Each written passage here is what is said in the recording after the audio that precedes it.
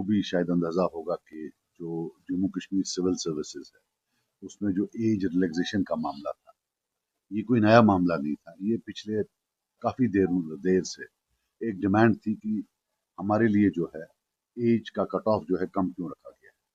जबकि आप देखेंगे हिंदुस्तान के बाकी स्टेट्स जो है वहाँ age people with higher in the higher age groups वो भी जो है इस एग्जाम में compete कर पाते हैं। तो ये जो कल वाला मामला था बिलखुसूस, नंबर एक तो ही डिड नॉट, जो इलेक्टेड गवर्नमेंट है उनको कोई जरूरी नहीं था कि वो नोटिफिकेशन का वेट करें।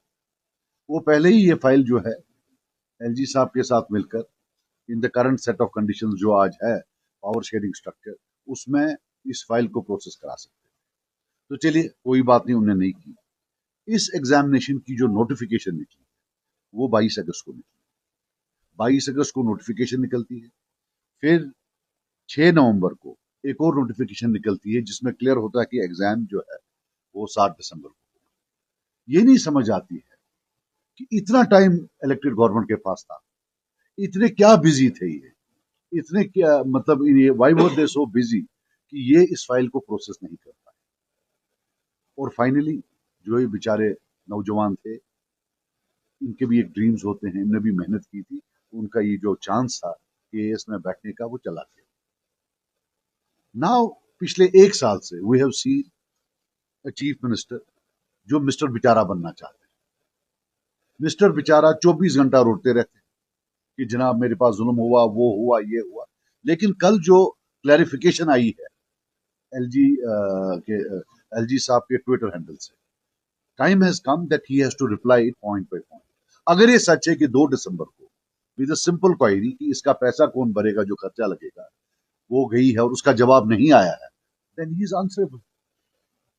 He is creating a set of conditions to prove that he is a bichara. Or Mr. Bichara at the cost of who? At the cost of those students who now could not sit for the exams. ये कितनी देर चलेगा? Demolition होती है, mister बिचारा बोलता है मुझे मालूम ही नहीं। कोई भी चीज होती है, मिस्टर बिचारा बोलता है मुझे मालूम ही नहीं। आखिरकार ये कितनी देर तक चलेगा? और मैं कहना चाहता हूं कि एक चीफ मिनिस्टर जिसने हम सबको बीजेपी बना डाला इलेक्शन से पहले, जमीन आसमान सब बीजेपी, और वादा दिया कि वो 370-35A के प्लान पर लड़ रहे हैं। आप इतने काबिल हैं कि आप एज रिलैक्सेशन नहीं ला पाए अपने स्टूडेंट्स के लिए। Do you really think that you can get anything back? 370 और 35C की तो बात ही नहीं। ये अब जो है it's now about even in a UT the dignity of the chair of chief minister is in danger, is in peril. और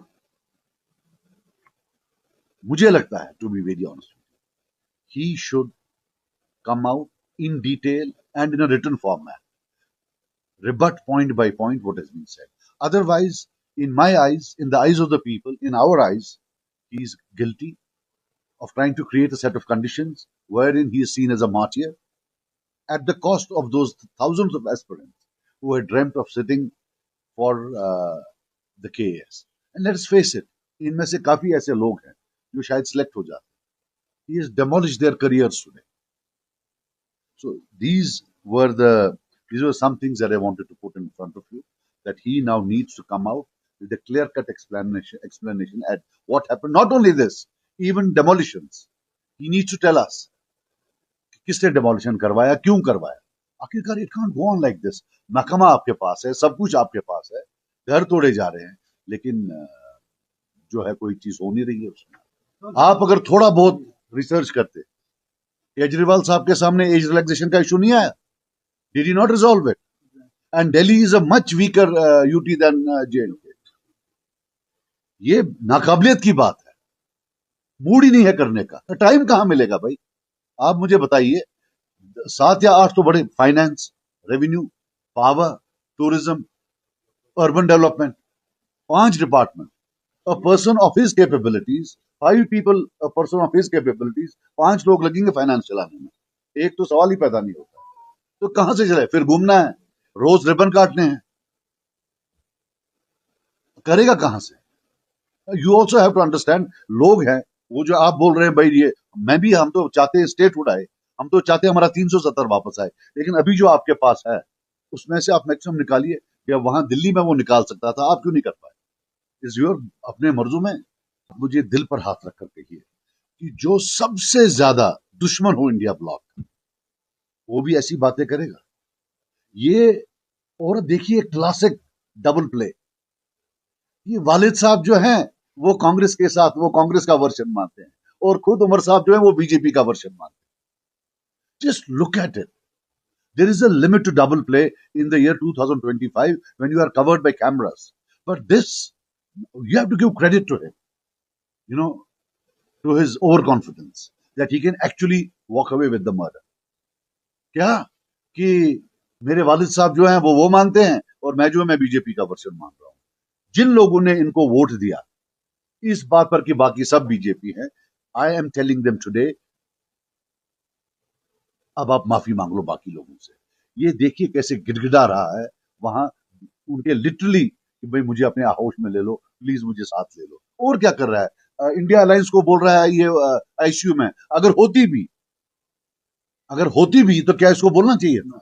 अब मुझे ये भी नहीं समझ आती है कांग्रेस को भी कौन सी आफत आई है कि इतनी ह्यूमिलिएशन के बाद they are still insisting on sitting with him, because he is another face of BJP. ये कौन सा अलग है? जब राज्यसभा हुआ वी सॉ अगेन, वहां भी ये फिक्स्ड मैच था। Now we know everything fixed match. वो घूम रहे होते हैं, I have told you that day and I will tell you again, उनकी एक ही ये है, कब तमन्ना है कि कब वो पीएम साहब या एचएम साहब के साथ फोटो उठाएंगे। वो भी आप जल्दी देखेंगे। कल आपने एक फोटो तो देखा होगा, आप जल्दी देखेंगे वो पीछे पीछे चल रहे होते हैं, फोटो आंख, भलाई लगे फोटो आंख, बस बेशुन। यहाँ हो गया सब बीजेपी है, वहां जाकर if they get a photo, my God. तो हम कर रहे हैं, दिन भर वो किसी से बात ही नहीं करेंगे, इतने